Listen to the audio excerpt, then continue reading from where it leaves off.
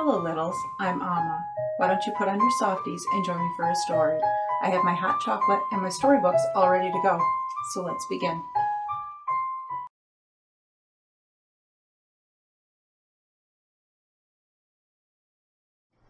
Hello, littles. I'm so happy you decided to join me for Chapter 5 of The Wonderful Wizard of Oz. The Rescue of the Tin Woodman. When Dorothy awoke, the sun was shining through the trees, and Toto had long been out chasing birds around him and squirrels. She sat up and looked around her, Scarecrow still standing patiently in his corner waiting for her. "We must go and search for water," she said to him. "Why do you want water?" he asked. "To wash my face clean after the dust of the road, and to drink, so the dry bread will not stick in my throat." "It must be inconvenient to be made of flesh," said the Scarecrow thoughtfully, "for you must sleep and eat and drink. However, you have brains, and it is worth a lot of bother to me to be able to think properly." They left the cottage and walked through the trees until they found a little spring of clear water where Dorothy drank and bathed and ate her breakfast. She saw there was not much bread left in the basket, and the little girl was thankful that the Scarecrow did not have to eat anything, for there was scarcely enough for her and Toto for the day. When she had finished her meal and was about to go back to the road of yellow brick, she was startled to hear a deep groan nearby. "What was that?" she asked timidly. "I cannot imagine," replied the Scarecrow, "but we can go and see." Just then another groan reached her ears, and the sound seemed to come from behind them. They turned and walked through the forest a few steps, and Dorothy discovered something shining in a ray of sunshine that fell between the trees. She ran to the place and then stopped short with a little cry of surprise. One of the big trees had been partly chopped through, and standing beside it, with an uplifted axe in his hands, was a man made entirely of tin. His head and arms and legs were jointed upon his body, but he stood perfectly motionless, as if he could not stir at all. Dorothy looked at him in amazement, and so did the Scarecrow, while Toto barked sharply and made a snap at the tin legs, which hurt his teeth. "Did you groan?" asked Dorothy. "Yes," answered the Tin Man. "I did. I've been groaning for more than a year, and no one has ever heard me before or come to help me." "What can I do for you?" she inquired softly, for she was moved by the sad voice in which the man spoke. "Get an oil can and oil my joints," he answered. "They are rusted so badly that I cannot move them at all. If I am well oiled, I shall soon be all right again.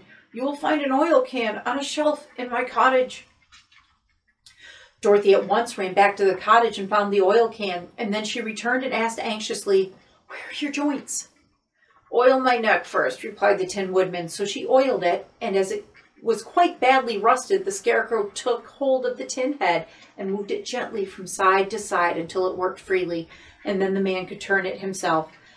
"Now oil the joints in my arms," he said, and Dorothy oiled them, and the Scarecrow bent them carefully until they were quite free of rust and as good as new. The Tin Woodman gave a sigh of satisfaction and lowered his axe, which he leaned against a tree. "This is a great comfort," he said. "I have been holding that axe in the air ever since I rusted, and I'm glad to be able to put it down at last. Now if you will oil the joints of my legs, I shall be all right once more." So they oiled his legs until he could move them freely, and he thanked them again and again for his release, for he seemed a very polite creature and very grateful. "I might have stood there always if you had not come along," he said. "So you have certainly saved my life. How did you happen to be here?" "We are on our way to the Emerald City to see the Great Oz," she answered, "and we stopped at your cottage to pass the night." "Why do you wish to see Oz?" he asked. "I want him to send me back to Kansas, and the Scarecrow wants him to put a few brains into his head," she replied. The Tin Woodman appeared to think deeply for a moment, then said, "Do you suppose Oz could give me a heart?" "Why, I guess so," Dorothy answered. "It would be as easy as to give the Scarecrow brains." "True," the Tin Woodman returned. "So if you will allow me to join your party, I will also go to the Emerald City and ask Oz to help me." "Come along," said the Scarecrow heartily, and Dorothy added that she would be pleased to have his company. So the Tin Woodman came to the road and was paved with yellow brick. The Tin Woodman had asked Dorothy to put the oil can in her basket, for, he said, if I should get caught in the rain and rust again, I would need the oil can badly. It was a bit of good luck to have their new comrade join the party, for soon after they had begun their journey, Again, they came to a place where the trees and branches grew so thick over the road that the travelers could not pass. But the Tin Woodman set to work with his axe and chopped so well that soon he cleared a passage for the entire party. Dorothy was thinking so earnestly as they walked along that she did not notice when the Scarecrow stumbled into a hole and rolled over to the side of the road. Indeed, he was obliged to call her to help him up again. "Why didn't you walk around the hole?" asked the Tin Woodman. "I don't know enough," replied the Scarecrow cheerfully. "My head is stuffed with straw, you know, and that is why I'm going to Oz to ask him for some brains." "Oh, I see," said the Tin Woodman. "But after all, brains are not the best things in the world." "Have you any?" inquired the Scarecrow. "No, my head is quite empty," answered the Woodman. "But once I had brains, and a heart also. So having tried them both, I should much rather have a heart." "And why is that?" asked the Scarecrow. "I will tell you my story, and then you will know." So while they were walking through the forest, the Tin Woodman told the following story. "I was born the son of a woodman who chopped down trees in the forest and sold the wood for a living. When I grew up, I too became a wood chopper, and after my father died, I took care of my old mother as long as she lived. Then I made up my mind that instead of living alone, I would marry, so I might not become lonely. There was one of the Munchkin girls who was so beautiful that I soon grew to love her with all of my heart. She, on her part, promised to marry me as soon as I could earn enough money to build a better house for her. So I set to work harder than ever, but the girl lived with an old woman who did not want her to marry anyone, for she was so lazy that she wished the girl to remain with her and do all the cooking and the housework. So the old woman went to the Wicked Witch of the East and promised her 2 sheep and a cow if she would prevent the marriage.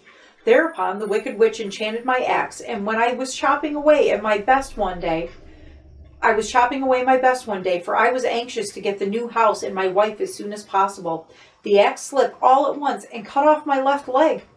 This at first seemed a great misfortune, for I knew a one-legged man could not do very well as a wood chopper. So I went to a tinsmith and had him make me a new leg out of tin. The leg worked very well once I was used to it, but my action angered the Wicked Witch of the East, for she had promised the old woman I should not marry the pretty Munchkin girl. When I began chopping again, my axe slipped and it cut off my right leg. Again I went to the tinsmith, and he again made me a leg out of tin. After this, the enchanted axe cut off my arms, one after the other, but nothing daunted, I had them replaced with tin ones. The Wicked Witch then made the axe slip and cut off my head, and at first I thought that this was the end of me, but the tinsmith happened to come along and made me a new one out of tin. I thought I had beaten the Wicked Witch then, and I worked harder than ever, but little did I know how cruel my enemy would be. She thought of a new way to kill my love for the beautiful Munchkin maiden, and made my axe slip again, so that it cut right through my body, splitting me into 2 halves. Once more the Tinman came to my help and made me a body of tin, fastening my tin arms and tin legs and head to it by means of joints, so that I could move around as well as ever. But alas, I had now no heart, so that I had lost all my love for my Munchkin girl, and did not care whether I married her or not. I suppose she is still living with the old woman, waiting for me to come after her. My body shone so brightly in the sun that I felt very proud of it, and it did not matter now if my axe slipped, for it could not cut me. There was only one danger, that my joints would rust, but I kept an oil can in my cottage and took care to oil myself whenever I needed it. However, there came a day when I forgot to do this, and being caught in a rainstorm before I thought of the danger, my joints had rusted, and I was left to stand in the woods until you came to help me. It was a terrible thing to undergo, but during the year I stood there, and I had the time to think that the greatest loss I had known was the loss of my heart. While I was in love, I was the happiest man on earth, but no one can give love who has not a heart. And so I am resolved to ask Oz to give me one. If he does, I will go back to the Munchkin maiden and marry her. But Dorothy and the Scarecrow had been greatly interested in the story of the Tin Man, and now they knew why he was so anxious to get a new heart. All the same, said the Scarecrow, I shall ask for brains instead of a heart, for a fool would not know what to do with a heart if he had one. I shall take the heart, returned the Tin Woodman, for brains do not make one happy, and the happiness is the best thing in the world. Dorothy did not say anything, for she was puzzled to know which of her 2 friends was right, and she decided if she could only get back to Kansas and Aunt Em, It did not matter so much whether the Woodman had no brains and the Scarecrow had no heart, or each got what he wanted. What worried her most was that the bread was nearly gone, and another meal for herself and Toto would empty the basket. To be sure, neither the Woodman nor the Scarecrow ever ate anything, but she was not made of tin or straw, and could not live unless she was fed.